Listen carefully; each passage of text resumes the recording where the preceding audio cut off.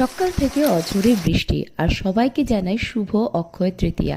আর আজ রাজশাহীর টিফিনে একটা হেলদি কিছু দিয়েছি, যার রেসিপি পরে শেয়ার করছি তোমাদের সাথে। এরপর দীপজ্যোতি আর আমি মিলে চলে যাই রাজশাহীর আগের স্কুলের টিসি অ্যাপ্লাই করতে।